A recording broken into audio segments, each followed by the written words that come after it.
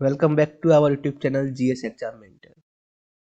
आज की वीडियो में हम हिंदी का एक और नया टॉपिक स्टार्ट करेंगे जिसका नाम है कारक। इसका नाम है क्या है? कारक।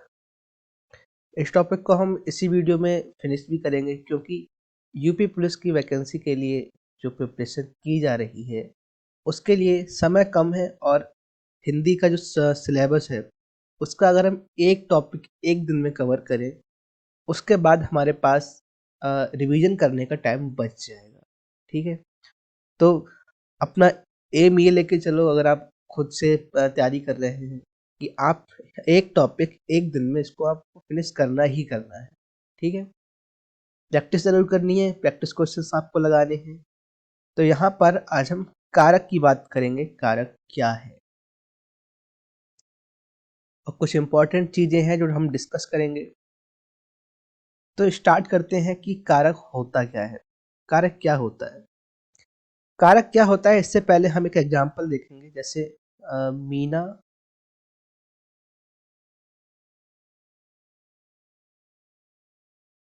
कलम से लिखती है।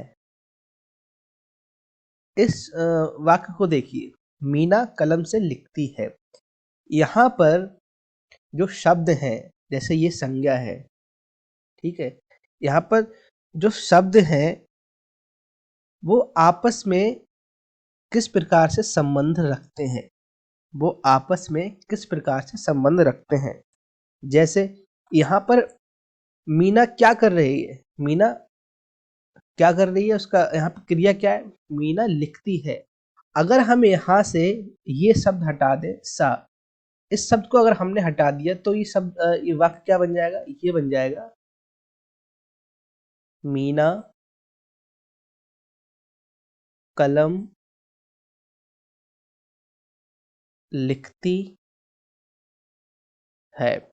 अब इस वाक्य का क्या अर्थ आ रहा है कि मीना कलम लिखती है? बताइए, मीना कलम लिखती है। यहाँ पर हमने से हटा दिया तो क्या इस वाक्य का अर्थ निकल के आ रहा है? क्या ये जो वाक्य क्या वो सार्थक है? नहीं है। इसीलिए जो शब्द हैं, शब्दों के आपसी संबंध को हम क्या कहते हैं? कारक कहते हैं। जैसे एक संज्ञा शब्द है, ये शब्द और जो इसके बाकी के शब्द हैं वाक्य के, जैसे क्रिया, इसके साथ अगर इसका संबंध हमें स्थापित करना है तो हमें कारक यूज करना पड़ेगा। जैसे मीना कलम से लिखती है। ठीक है, तो यहाँ पर ये जो से वर्ड है, ये जो से शब्द है, ये कारक हो जाएगा। तो सिंपल सी अगर हम परिभाषा की बात करें कि वाक्य में शब्दों के आपसी संबंध को क्या कहते हैं? वाक्य में शब्दों के आपसी संबंध को क्या कहते हैं? कारक कहते हैं। परिभाषा अगर आप लिखना चाहें तो परिभाषा इस तरह से लिख सकते हैं, जैसे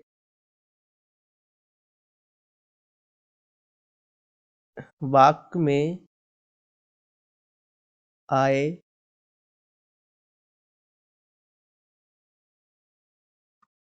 शब्दों, अब शब्द कौन से हैं? जो सब्जेक्ट, जो संज्ञा या सर्वनाम आ रहे हैं। ठीक है, जो संज्ञा या सर्वनाम शब्द आ रहे हैं, संज्ञा या सर्वनाम वाक्य में आए शब्दों के आपसी संबंध, आपसी आपसी संबंध, और ये आपसी संबंध भी स्पेशली किससे? आपसी संबंध किसके साथ? विशेषता क्रिया के साथ। विशेषतः क्रिया। ठीक है, शब्दों के आपसी संबंध, विशेषता क्रिया। ठीक है, आपसी संबंध को कारक कहते हैं। फिर से देखेंगे, वाक्य में आए शब्दों के आपसी संबंध को क्या कहते हैं? कारक कहते हैं। अब यहाँ पर हम देखें तो जो शब्दों के आपसी संबंध है वो क्रिया के कारण से बनते हैं। किससे बनते हैं? क्रिया के कारण से बनते हैं। और शब्दों के आपसी संबंध एक दूसरे के सापेक्ष भी बनते हैं, एक दूसरे के सापेक्ष भी बनते हैं और क्रिया के कारण से भी बनते हैं। जैसे अगर हम यहाँ पर कुछ एग्जाम्पल लिखें, जैसे राम पुस्तक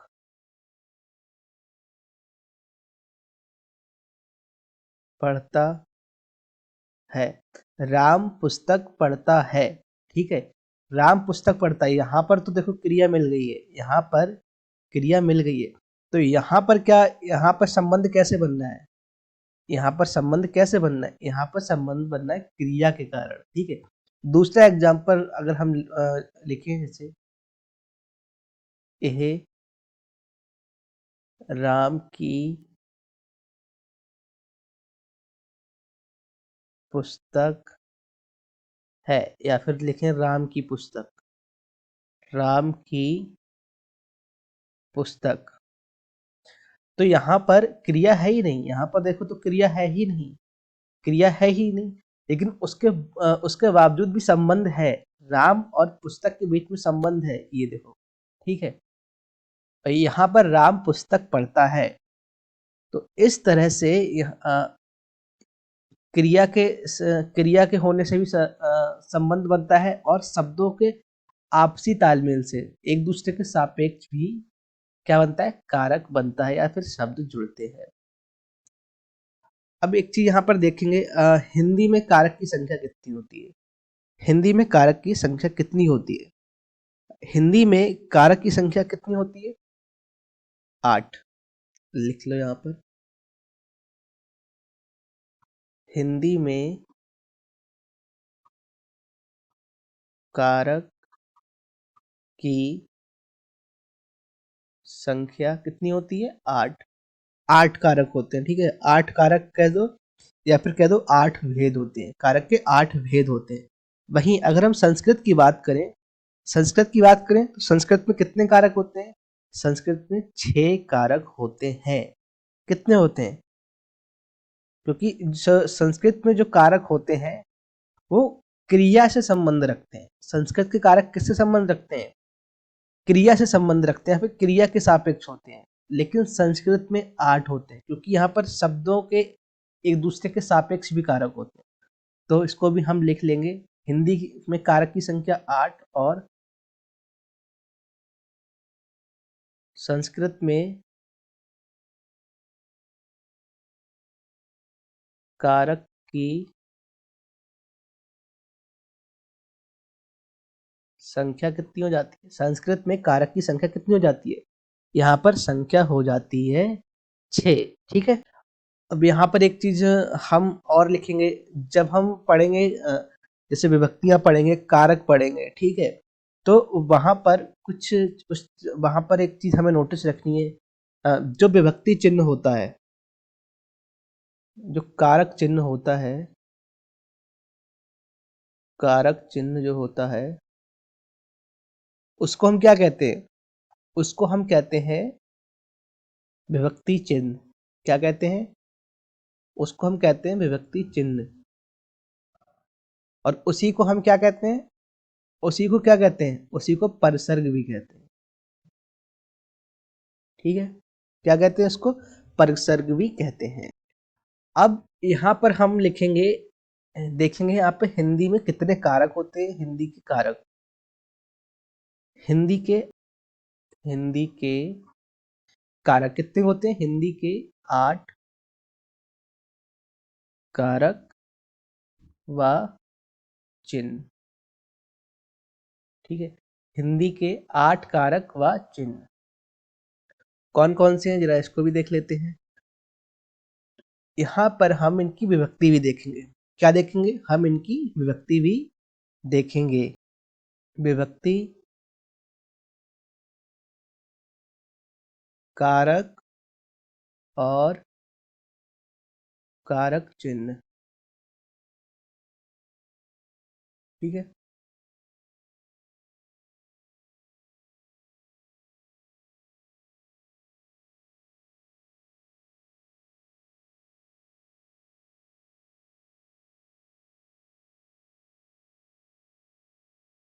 सबसे पहले कौन सी विभक्ति आती है? सबसे पहले आती है प्रथमा।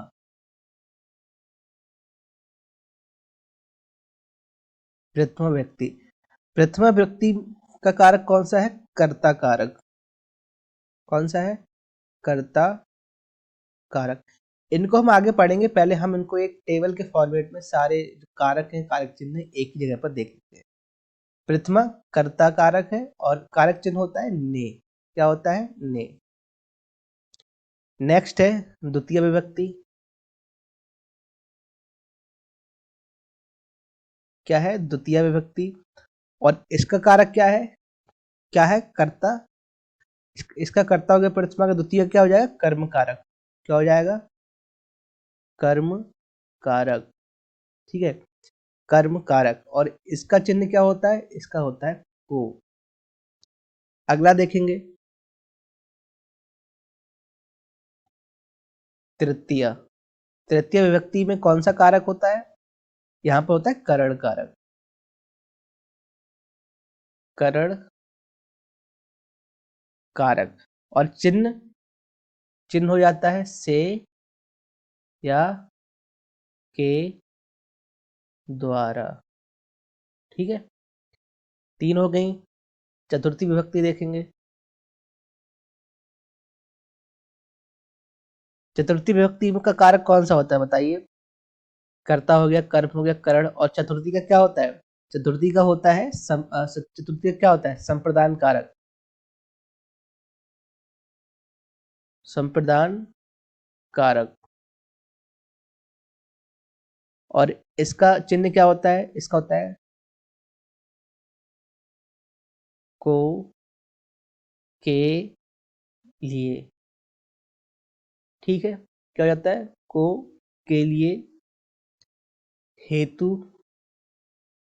और निर्मित या और वास्ते। ठीक है, अगला क्या है? पंचमी विभक्ति। पंचमी विभक्ति, इसमें कौन सा कारक है? इसमें होता है अपादान कारक। कौन सा होता है? अपादान कारक। और इसके चिन्ह कौन से होते हैं? इसका चिन्ह होता है से। लेकिन यहाँ पर से का मतलब है कि अलग होना। यहाँ पर से का मतलब है कि किसी चीज से कार्य किया जा रहा है। तृतीय व्यक्ति में ये जो से है, इसका मतलब किसी चीज से कार्य किया जा रहा है। यहाँ पर से का मतलब है किसी चीज से अलग होना। किसी चीज से अलग होना। ठीक है, अलग होना। जैसे यहाँ पर हम बोले तो वह कलम से लिखता है, और इसका एग्जाम्पल क्या हो जाएगा? इसका होगा पेड़ से पत्ता गिरता है। अब जो पत्ता है वो पेड़ से या टहनी से, डाल से अलग हो रहा है। ठीक है, पंचमी। अब षष्ठी विभक्ति कौन सी है? षष्ठी विभक्ति संबंध कारक। क्या कहते हैं इसको? संबंध कारक। इसके चिन्ह कौन से होते हैं? इसके चिन्ह होते हैं का, की, के, रा, री, रे, ना, नी, ने। ठीक है, ये यहाँ पर इसके क्या हो जाते हैं? ये हो जाते हैं कारक चिन्ह। अगला देखेंगे सप्तमी विभक्ति देखेंगे। सप्तमी देखेंगे। सप्तमी विभक्ति, यहाँ पर कारक कौन सा होगा? इसके कारक को क्या कहते हैं बताइए? इसको कहते हैं अधिकरण। क्या कहते हैं? अधिकरण कारक। अधिकरण कारक। क्या कहते हैं? अधिकरण कारक। अब यहाँ पर कारक चिन्ह क्या होते हैं? कारक चिन्ह होता है यहाँ पर में, पर, और क्या हो जाता है? भीतर। ठीक है, ये इसके कारक हो जाते हैं। और अगला कौन सा है? अगला कौन सा है? एक बचता है आपका संबोधन। क्या बचता है? संबोधन। ठीक है, 1 2 3 4 5 6 7 8 संबोधन। ठीक है, संबोधन कारक। संबोधन कारक में कौन से आते हैं? इसमें आ जाते हैं हे, हो, अजी, ठीक है, इस तरह के कारक आ जाते हैं। तो यहाँ पे आपके 8 कारक हो गए। इंपॉर्टेंट क्या ये याद रखना है, कारक याद रखना है, कारक चिन्ह याद रखना है। कर्ता, कर्म, करण, संप्रदान, अपादान, संबंध, अधिकरण, संबोधन, ये हो गए। इसके बाद अब हम इनको क्या करेंगे, हम इनको एक एक करके पढ़ेंगे। यहाँ पर नाम लिखना रह गया, इसको हम लिख देते हैं अष्टमी। ठीक है, अष्टमी विभक्ति। अब ये 8 विभक्ति, 8 कारक और कारक चिन्ह हो गए। अब हम इनको एक एक करके पढ़ेंगे, हम इनको एक एक करके पढ़ेंगे। पहला कौन सा हो जाएगा? पहला कौन सा हो जाएगा? पहला हो जाएगा कर्ता कारक। कर्ता, पहला हो जाएगा कर्ता कारक। ठीक है, अब कर्ता कारक में ये विभक्ति कौन सी है इसकी, हम दोबारा से लिखते जाएंगे ताकि याद हो जाए। हालांकि ये चीजें आपको याद होंगी, लेकिन रिवाइज हो जाए ये चीजें फिर से। ठीक है, अगर किसी को नहीं पता है तो फिर भी याद हो जाए, इसीलिए हम यहाँ पे सारी चीजें फिर से लिखेंगे। कर्ता कारक हो गया। अब यहाँ पर विभक्ति कौन सी है? विभक्ति है प्रथमा विभक्ति। प्रथमा विभक्ति, प्रथमा विभक्ति। चिन्ह कौन सा हो जाएगा यहाँ पर? चिन्ह कौन सा हो जाएगा? चिन्ह हो जाएगा ने। ठीक है, अगर अब हम परिभाषा की बात करें, परिभाषा की बात करें तो परिभाषा क्या हो जाएगी यहाँ पर? परिभाषा क्या हो जाएगी? परिभाषा हो जाएगी कि क्रिया के करने वाले को क्या कहते हैं? क्रिया के करने वाले को कर्ता कारक कहते हैं। क्या कहते हैं? देखो, क्रिया, परिभाषा याद नहीं करना आपको, आपको इसको जब एक बार देख लेंगे और जब एग्जाम्पल देखेंगे तो अपने आप ही याद हो जाएगी, परिभाषा अपने आप ही बन जाएगी। क्रिया को क्या कहें? क्रिया, क्रिया को करने वाले को क्रिया के करने वाले को क्या कहते हैं? क्रिया के करने वाले को करने वाले को कर्ता कारक कहते हैं। ठीक है, ये हो गया। या हम इसको ऐसे भी कह सकते हैं, जैसे वाक्य में क्रिया जिस कार्य को बताती है, वाक्य में क्रिया जिस कार्य को बताती है उस कार्य को करने वाले को कर्ता कहते हैं। इसको ऐसे भी लिख सकते हैं। ठीक है, अब यहाँ पर अगर आप एग्जाम्पल देखें, एग्जाम्पल है, उदाहरण देखेंगे, लड़का पत्र लिखता है। लड़का पत्र लिखता है। ठीक है, यहाँ पर क्या है? लड़का पत्र लिखता है। अब आप कहोगे यहाँ पर तो ने लिखा हुआ ही नहीं है, यहाँ पर ने चिन्ह आया ही नहीं है। तो यहाँ पर हम एक चीज देखेंगे कि जो ने है वो कर्ता के साथ हो भी सकता है और नहीं भी हो सकता है। ने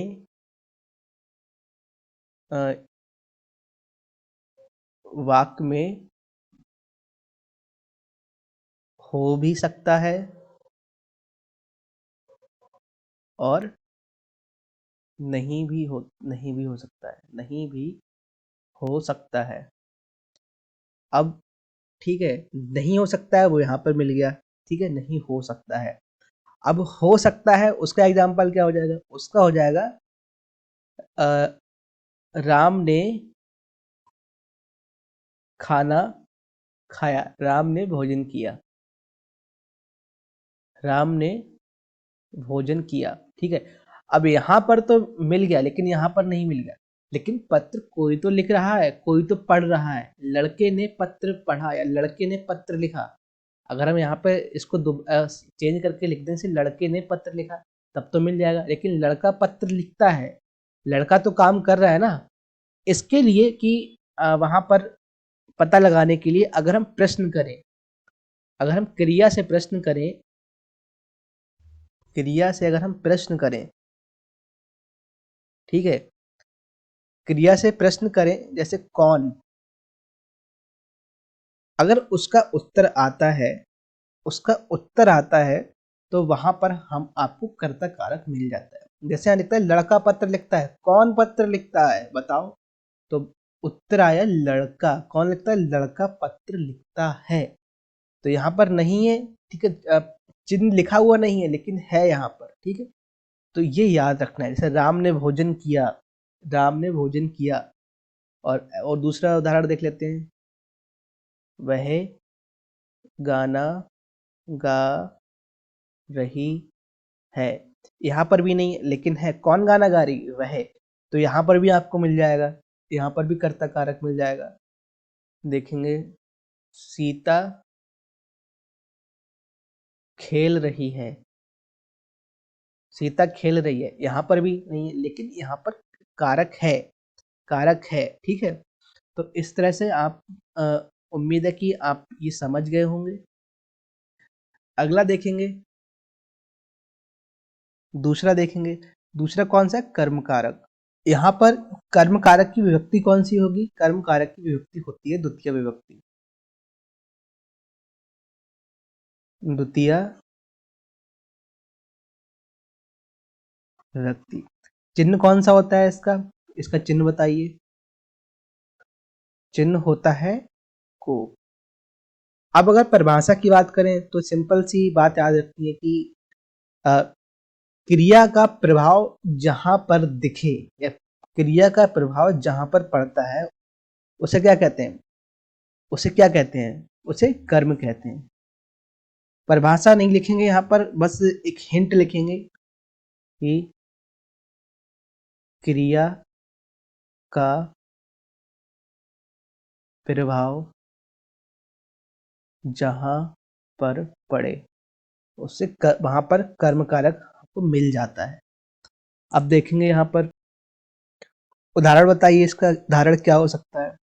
इसका उदाहरण क्या हो सकता है बताइए? इसका उदाहरण क्या हो सकता है? इसका उदाहरण लड़का, लड़का फुटबॉल खेलता है, लड़का फुटबॉल खेलता है। यहाँ पर ये क्या हो जाएगा? ये आपका कर्ता हो जाएगा, ये क्या हो जाएगा? ये क्रिया, और ये क्या हो जाएगा? ये हो जाएगा कर्म, ठीक है। लड़का फुटबॉल खेलता है, कर्ता क्रिया और कर्म, ठीक है। अब यहाँ पर और भी एग्जाम्पल देखेंगे, और एग्जाम्पल जैसे मोहन ने, मोहन ने श्याम को, मोहन ने सोहन को, मोहन ने सोहन को पीटा। मोहन और सोहन खेल रहे थे आपस में, और किसी बात पे झगड़ा हो गया दोनों में खेलते खेलते, तो मोहन ने क्या किया? सोहन को पीटा। तो यहाँ पर सोहन को, ठीक है, सोहन को। अब यहाँ पर क्या हो गया? यहाँ पर भी कर्म कारक मिल गया। दूसरा एक और है कि जाना, ठीक है, जाना, ठीक है। जहां पर कर्ता जाता है ऐसा शब्द मिलता है, वहां पर भी क्या होता है? वहां पर भी कर्म कारक होता है। जैसे उदाहरण, लड़का विद्यालय जाता है, ठीक है। लड़का विद्यालय जाता है, यहाँ पर कर्म ये है, लड़का विद्यालय जाता है, ठीक है। तो ये तो हो गया कर्म कारक। अगला देखेंगे, नंबर 3। तीसरे नंबर पे कौन सा आता है? तीसरे नंबर पे आता है करण कारक। करण कारक, करण कारक ये कौन सी विभक्ति में आता है? ये आता है तृतीय विभक्ति में, तृतीय विभक्ति। अब इसका चिन्ह कौन सा होता है, इसका चिन्ह बताइए, इसका चिन्ह कौन सा होता है, से के द्वारा, ठीक है, ये इसके चिन्ह होते हैं। अब इसको पढ़ेंगे कैसे, मतलब कैसे पता लगेगा, तो पता लगाने के लिए परिभाषा तो हम नहीं लिखेंगे। देखिए परिभाषा, आप परिभाषा के अगर पीछे पड़े रहेंगे तो इतनी सारी परिभाषा कैसे याद रखेंगे। इससे बेहतर ये है कि आप उदाहरण के थ्रू समझें, उदाहरण से परिभाषा आप खुद बना सकते हैं। अब जैसे क्रिया, जिस माध्यम से, देखो परिभाषा नहीं, आप पे हिंट समझ लीजिए, जिस माध्यम से क्रिया संपन्न होती है या क्रिया पूर्ण होती है, जिस माध्यम से क्रिया संपन्न होती है, ठीक है। अब किस माध्यम से क्रिया संपन्न हो रही है इसको भी देखेंगे। जैसे उदाहरण देखेंगे, लड़की कलम से लिखती है, लड़की कलम से लिखती है। यहाँ पर देखो, लड़की कलम से लिखती है, किससे लिखती है, से आ गया, देखो कलम से लिखती है, कलम से लिखती है। तो ये जो उदाहरण है, अब ये क्या है, ये माध्यम मिल गया, माध्यम क्या है, कलम। यहाँ पर हमें माध्यम मिल गया कि लड़की किस माध्यम से लिखती है, तो यहाँ पर हमें करण कारक यहाँ पर मिल गया। अब यहाँ पर ये एक एग्जाम्पल और देखेंगे, एक उदाहरण ये हो गया, दूसरा उदाहरण देखेंगे। दूसरा उदाहरण है तुलसीदास तुलसीदास जी के द्वारा ग्रंथ लिखा गया, ठीक है। तुलसीदास जी के द्वारा, तुलसीदास जी के द्वारा, ये हो गया तुलसीदास जी के द्वारा कोई ग्रंथ लिखा गया, जैसे रामचरितमानस लिखी गई, ठीक है। या दूसरा हम लिख देते हैं, जैसे कवि के द्वारा कविता पढ़ी गई या फिर लिखी गई, ठीक है। तो वे यहाँ पर ये द्वारा, ये शब्द भी हमको मिल गए। तो से और के यहाँ पर क्या होती है, यहाँ पर कर्ण कारक होता है, तृतीय विभक्ति होती है, ठीक है। अब अगर अपवाद की बात करें, यहाँ पर अपवाद भी तो होता है, अपवाद भी होता है। अपवाद क्या है, अपवाद की अगर हम बात करें, ठीक है, अपवाद जैसे भिखारी क्या है, जैसे कुछ एग्जांपल ले लो,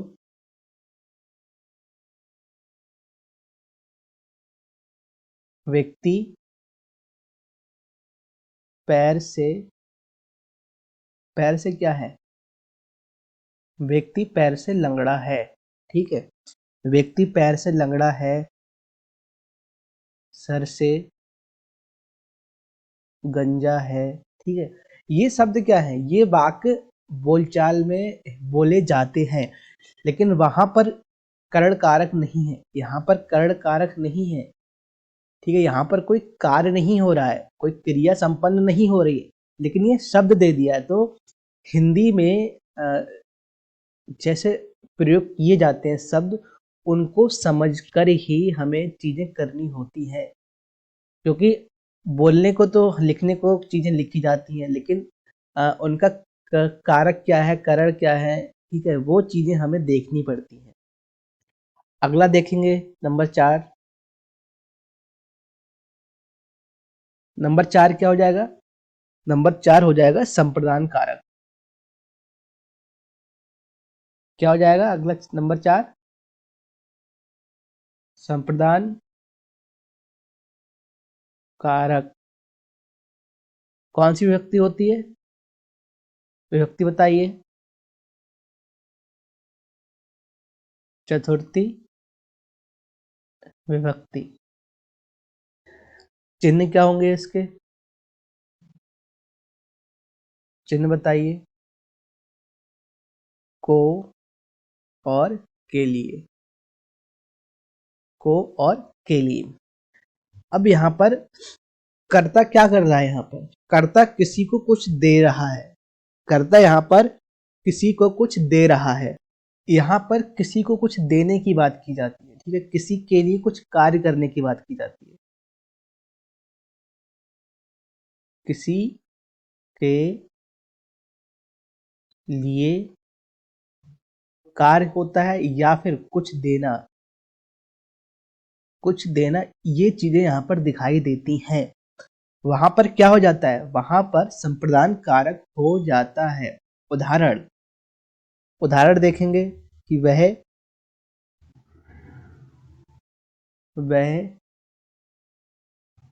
बच्चों के लिए वह बच्चों के लिए कुछ भी चीज लेकर आया, जैसे टॉफी या मिठाई। वह बच्चों के लिए टॉफी लाया, ठीक है। वह बच्चों के लिए टॉफी लाया। राजा ने प्रजा के लिए उपहार दिए। यहाँ पर कुछ चीज देने की बात हो रही है ना, यहाँ पर कुछ चीज देने की बात हो रही है। तो इसलिए यहाँ पर कौन सा है? यहाँ पर संप्रदान कारक है। लेकिन जहां पर अ, अब अपवाद भी होते हैं इसके। जहां पर चीज दी जा रही है, यहाँ पर चीज एक तरह से परमानेंट दी जा रही है, ठीक है। जहां पर चीज को देकर वापस ले लिया जाए। अपवाद क्या है? जहां पर चीज को वापस देकर वापस ले लिया जाए, वहां पर चतुर्थी विभक्ति नहीं लगती है, वहां पर संप्रदान नहीं होता है। वहां पर क्या होता है? वहां पर षष्ठी विभक्ति होती है, जो हम षष्ठी विभक्ति में पढ़ेंगे। अब यहाँ पर जैसे अपवाद की बात करें तो जैसे अपवाद क्या है? वाद हो जाएगा राजा धोबी को कपड़े देता है। यहाँ पर धोबी को कपड़े धोने के लिए दिए जा रहे हैं, कपड़े वापस आ जाएंगे, तो यहाँ पर संप्रदान कारक नहीं है, यहाँ पर षष्ठी विभक्ति होती है। अब और यहाँ पर अपवाद मिल जाएंगे, जैसे नमस्कार, ठीक है। इस तरह की चीजें क्या हो जाती हैं? वहां पर भी यहाँ पर अपवाद मिल जाते हैं संप्रदान कारक। नेक्स्ट देखेंगे नंबर 5। नंबर 5 क्या है? अपादान कारक।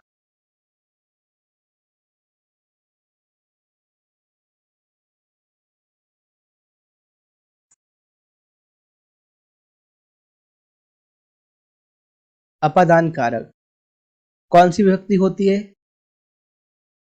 कौन सी होती है? पंचमी विभक्ति। चिन्ह कौन से होते हैं इसके? चिन्ह बताइए। चिन्ह होते हैं से, लेकिन यहाँ पर अलग होना, ठीक है। अलग होना, से अलग होना। उदाहरण देखेंगे। उदाहरण कौन सा हो जाएगा?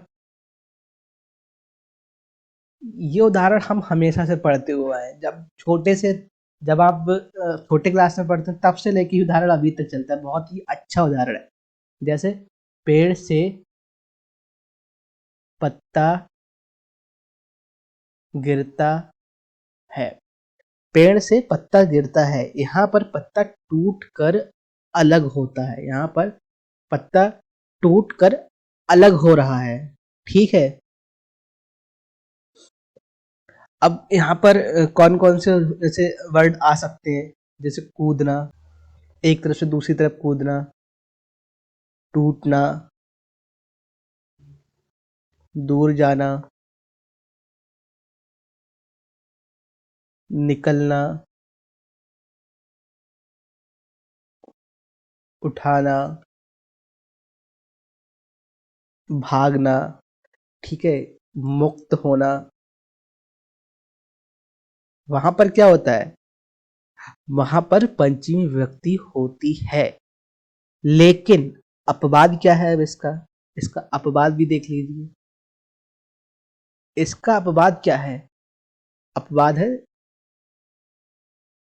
तुलना। ठीक है, जैसे तुलना में ये क्या हो जाएगा, यहाँ पर अपवाद हो जाएगा। जैसे अगर हम कहें कि सोहन मोहन से अच्छा है, यहाँ पर से प्रयोग हो गया। ठीक है, लेकिन यहाँ पर तुलना की जा रही है, यहाँ पर कुछ अलग नहीं हो रहा है, इसीलिए ये क्या हो जाएगा, इसीलिए ये हो जाएगा अपवाद। ठीक है, ये भी हमें याद रखना है। अगला देखेंगे नंबर 6, क्या है, संबंध कारक। संबंध कारक कौन सी विभक्ति है यहाँ पर, यहाँ पर है षष्ठी विभक्ति। कौन सी है, षष्ठी विभक्ति। चिन्ह क्या होते हैं, चिन्ह होते हैं का, के और की, का, के और की। संबंध कारक, जैसे कि नाम से यहाँ पर दिख रहा है कि यहाँ पर संबंध होता है। क्या होता है, संबंध दिखाया जाता है। यहाँ पर क्या दिखाया जाता है, संबंध दिखाया जाता है। अब यहाँ पर संबंध किससे दिखाया जाता है ये भी हमें देखना है। यहाँ पर संबंध क्या है, संबंध क्रिया के साथ नहीं हो रहा है, यहाँ पर संज्ञा अथवा संज्ञा अथवा सर्वनाम में आपस में संबंध है।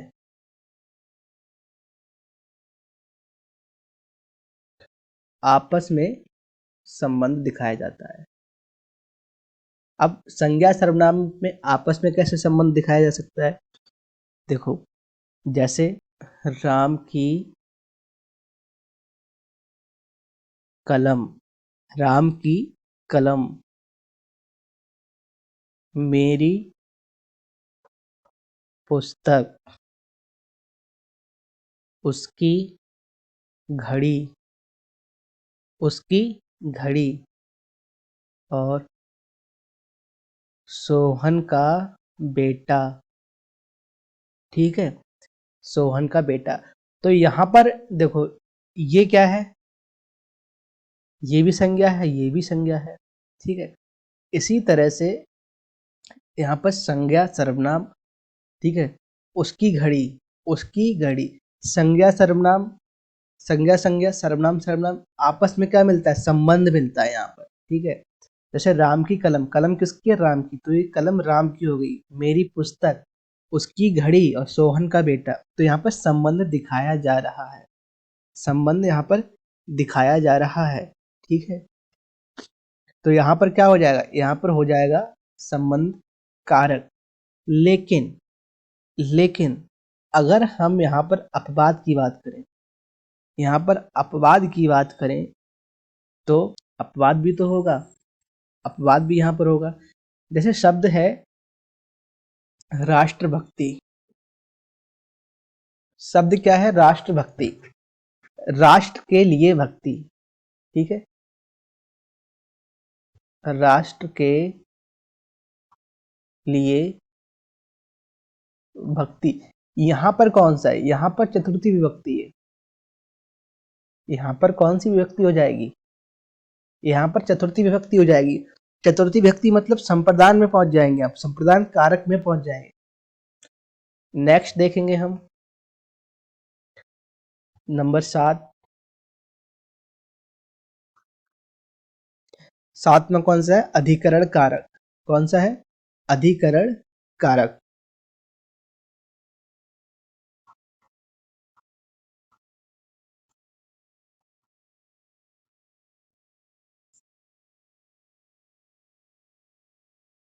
यहाँ पर विभक्ति बताइए, विभक्ति कौन सी हो जाएगी, ये हो जाएगी सप्तमी। सप्तमी विभक्ति कौन सी हो जाएगी? सप्तमी विभक्ति। अब यहाँ पर क्रिया जिस आधार पर संपन्न होती है, क्रिया जिस आधार पर संपन्न होती है, देखेंगे जो क्रिया है,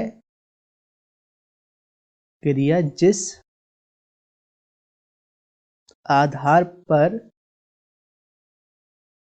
संपन्न होती है। उदाहरण देखेंगे, उदाहरण देखेंगे जैसे मेज पर घड़ी रखी है, पुस्तक मेज पर रखी है, खूंटी पर कपड़े टंगे हैं, वह एक घंटे में आ रहा है। यहाँ पर आधार यहाँ पर दिख रहा है, ठीक है। जैसे मेज पर घड़ी रखी है, मेज पर घड़ी कहाँ है? मेज पर रखी हुई है, ठीक है। पुस्तक कहाँ रखी हुई है? मेज पर रखी हुई है। खूंटी पर कपड़े कहाँ टंगे हुए हैं? खूंटी पर। वह एक घंटे में आ रहा है। कितने घंटे में आ रहा है? एक घंटे में, ठीक है। तो यहाँ पर अधिकरण दिया जा रहा है, ठीक है, कि क्रिया जिस आधार पर, एक आधार यहाँ पर दे दिया है कि किस आधार पर किस आधार पर क्रिया यहाँ पर संपन्न हो रही है, ठीक है। ये चीज यहाँ पर हमें देखनी है। अगला देखेंगे और लास्ट है नंबर 8, जैसे अष्टमी विभक्ति। अष्टमी विभक्ति में कौन सा आता है? आता है संबोधन कारक। संबोधन कारक विभक्ति बताइए, विभक्ति कौन सी हो जाएगी? विभक्ति हो जाएगी अष्टमी। अष्टमी विभक्ति। संबोधन की बात करें तो यहाँ पर जैसे हे हो गया, ठीक है, अरे हो गया, इस तरह के संबोधन होते हैं। संबोधन हम यहाँ पर लिख चुके हैं, देखो, ठीक है। हे हो गया, हो गया, अजी हो गया। इसके साथ कुछ संबोधन जैसे प्रयोग कैसे किया जाता है, जैसे हो जाता है हे राम, ये संबोधन हो गया। अरे, ये भी संबोधन हो गया, ठीक है। तो यहाँ पर संबोधन दिखाई पड़ता है। संबोधन क्यों? जैसे किसी को बुलाना है, किसी को बुलाना होता है, ठीक है, सचेत करना होता है, सचेत करना होता है, आश्चर्य प्रकट करना होता है, आश्चर्य प्रकट करना, ठीक है, प्रसन्नता व्यक्त करना।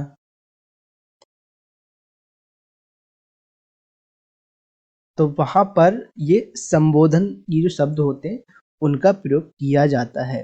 जैसे अरे तुम फिर आ गए। जैसे किसी का नाम है, किसी का नाम नाम ले लो सोहन, जैसे बुलाते ना सोहन इधर आओ, तो वहां पर क्या संबोधन हो जाता है? जैसे नाम लिया किसी का सोहन, इधर आओ। तो यहाँ पर भी क्या है? यहाँ पर भी संबोधन मिल रहा है।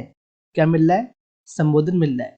एक चीज याद रखनी है, ये जो संबोधन चिन्ह है ना, इस तरह का जो चिन्ह होता है, ये जरूर लगा हुआ होता है। संबोधन चिन्ह का प्रयोग यहाँ पर होता है। अब एक चीज हमें और देखनी है, नोट कर लेना। जैसे अगर एक वाक्य में, एक वाक्य में एक से अधिक कारक हो। अगर किसी वाक्य में एक से अधिक कारक हो तो अंतिम कारक, ठीक है। जैसे क्वेश्चन अगर आपका आ गया एग्जाम में, तो एक से ज्यादा कारक हैं, तो आप क्या करना है, आपको अंतिम कारक ही चुनना है, ठीक है। आपको क्या करना है, अंतिम कारक ही चुनना है। अगर क्वेश्चन में हाईलाइट ना किया गया हो, केवल कारक पूछा गया हो, तो वहां पर आपको अंतिम कारक ही चुनना है। जैसे जैसे कि हम बात करें तो राम ने रावण को किससे मारा? राम ने रावण को किससे मारा? बाण से मारा। अब यहाँ पर ये क्या हो गया, कर्ता, ठीक है। राम ने, यहाँ पर कर्ता आ गया। किसको मारा? रावण को। ये क्या हो गया हमारा, कर्म। कर्ता ने कर्म को करण से, ये क्या हो जाएगा, ये हो जाएगा करण। तो यहाँ पर कौन सा आपको लगाना है, आपको अगर क्वेश्चन में हाईलाइट नहीं किया गया है तो आपको क्या करना है, क्वेश्चन में अगर हाईलाइट नहीं किया गया है कि कौन से पार्ट से चुनना है, तो वहां पर आपको उस वाक्य का जो अंतिम कारक है आपको वही सेलेक्ट करना है, ठीक है। तो ये तो हो गया आपका आज की क्लास हो गई। क्लास नोट्स आपको टेलीग्राम चैनल पर मिल जाएंगे। टेलीग्राम चैनल ज्वाइन करने के लिए आप डिस्क्रिप्शन में से आप क्या करना है, टेलीग्राम चैनल का लिंक पर क्लिक करना है और टेलीग्राम चैनल पर पहुंच जाएंगे। वहां पर आपको ये क्लास नोट्स मिल जाएंगे। तो आई होप कि आपको आज की क्लास अच्छी लगी होगी। Thank you.